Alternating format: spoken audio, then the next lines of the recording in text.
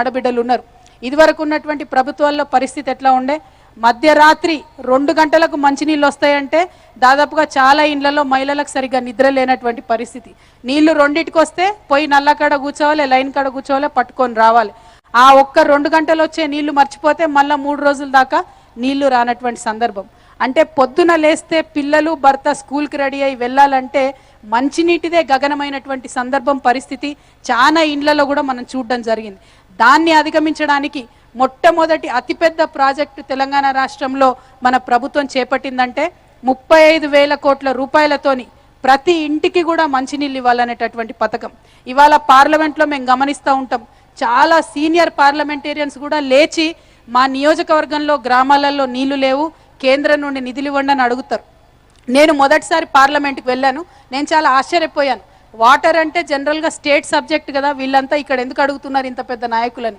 కానీ ఎక్కడ కూడా ఏ రాష్ట్రంలో కూడా మన భారతదేశంలో ఆ మౌలికమైనటువంటి సమస్యను గుర్తించలేదు. కానీ మన గౌరవ ముఖ్యమంత్రి గారు మహిళల జీవితంలో క్షేత్రస్థాయి నుండి తెలిసినటువంటి వారు కాబట్టి, వారి నియోజకవర్గంలో ఈ కార్యక్రమాన్ని అమలు చేశారు కాబట్టి రాష్ట్రం అంతా కూడా ఈ కార్యక్రమాన్ని అమలు చేస్తూ ఉన్నారు. ఇవే కాదు, మీకు తెలుసు నిన్నగాక మొన్న మన భారతదేశం నుండి 140 రాకెట్లను మనం ఒకటేసారి గగనతలంలోకి ప్రవేశపెట్టగలిగినాం. ఆ ప్రవేశపెట్టినటువంటి టీంలో ఉన్నటువంటి 6 కూడా మహిళా సైంటిస్టులే. మన భారతదేశం ఎక్కడ వెనుకబడి లేదు, చదువులో వెనుకబడి లేదు, టాలెంట్లో వెనుకబడి లేదు, అవకాశాల్లో మాత్రం వెనుకబడి ఉన్నాం. ఇవాళ ఒక మహిళగా, ఒక ఎంపీగా కాదు, ఒక మహిళగా ఇక్కడ నుండి నిలబడి ప్రభుత్వాన్ని అయినా సరే, మగవాళ్ళైనా సరే, మన మొత్తం భారతదేశంలో ఉన్న ప్రతి ఒక్కరిని కూడా నేను అడిగేది ఏంటంటే, మహిళలకు టాలెంట్ ఉన్నది, మాకు సమానత్వం అక్కర్లేదు, మాకు ఒక అవకాశం ఇచ్చి చూడండి, మీకన్నా ఎక్కువ సమానమని మేమే నిరూపిస్తామని చెప్పి మీ అందరినీ కూడా సహృదయంతో కోరుకుంటా ఉన్నాం. అవకాశాలు రాకనే వెనకబడిపోయి ఉన్నాం. ఎన్నో అవాంతరాలు అడుగడుగున ఉన్నా కూడా మనం వాటిని భరిస్తూ అధిగమిస్తూ వచ్చినాం. మరి తెలంగాణలో మనందరికీ తెలుసు, మహిళల గురించి మాట్లాడుకుంటే ఖచ్చితంగా వెనుకబడిన వర్గాల్లో ఉండేటటువంటి మహిళల గురించి, మైనారిటీ మహిళల గురించి మాట్లాడాల్సినటువంటి సందర్భం.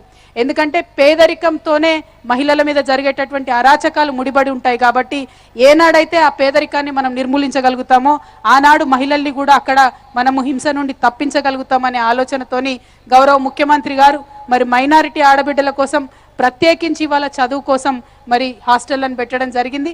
వెనుకబడిన తరగతుల వారి కోసం మరీ ప్రత్యేకించి మొదటి దఫానే హాస్టళ్లను పెట్టడం జరిగింది. సో ఈ కార్యక్రమాలన్నిటితో పాటు మరి ఫ్యూచర్లో ఉమెన్కి భరోసా ఇవ్వాలి కాబట్టి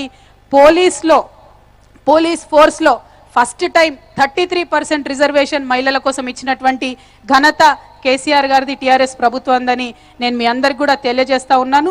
33% ఇవ్వడమే కాదు, వారు మాట్లాడుతూ మొత్తం పోలీస్ పెద్దల సమక్షంలో మన హోంమంత్రి గారు కూడా ఉన్నారు, మహిళలకు మగ పోలీసులతో సమానంగా కరెక్ట్ పోస్టింగ్లు ఇవ్వండి, మంచి ప్లేసెస్లో పోస్టింగ్ ఇవ్వండి అని కూడా వారే ఇంట్రెస్ట్ చూపించి ప్రయత్నం చేస్తూ ఉన్నారు. అంటే ప్రతి చోట ఒకటి ఆర్థిక వనరులకు దగ్గర అవ్వాలి, విద్యా వనరులకు దగ్గర అవ్వాలి, ఇంట్లలో ఉండేటటువంటి హింస తగ్గాలి, వారి రోజువారీ జీవితంలో మంచి మార్పు తీసుకురావాలి, వారి కోసం అన్ని రకాల వైద్య సదుపాయాలు కనిపించాలనేటటువంటి ఒక సమగ్ర లక్ష్యంతో పనిచేస్తున్నటువంటి ప్రభుత్వం ఇవాళ తెలంగాణ ప్రభుత్వం.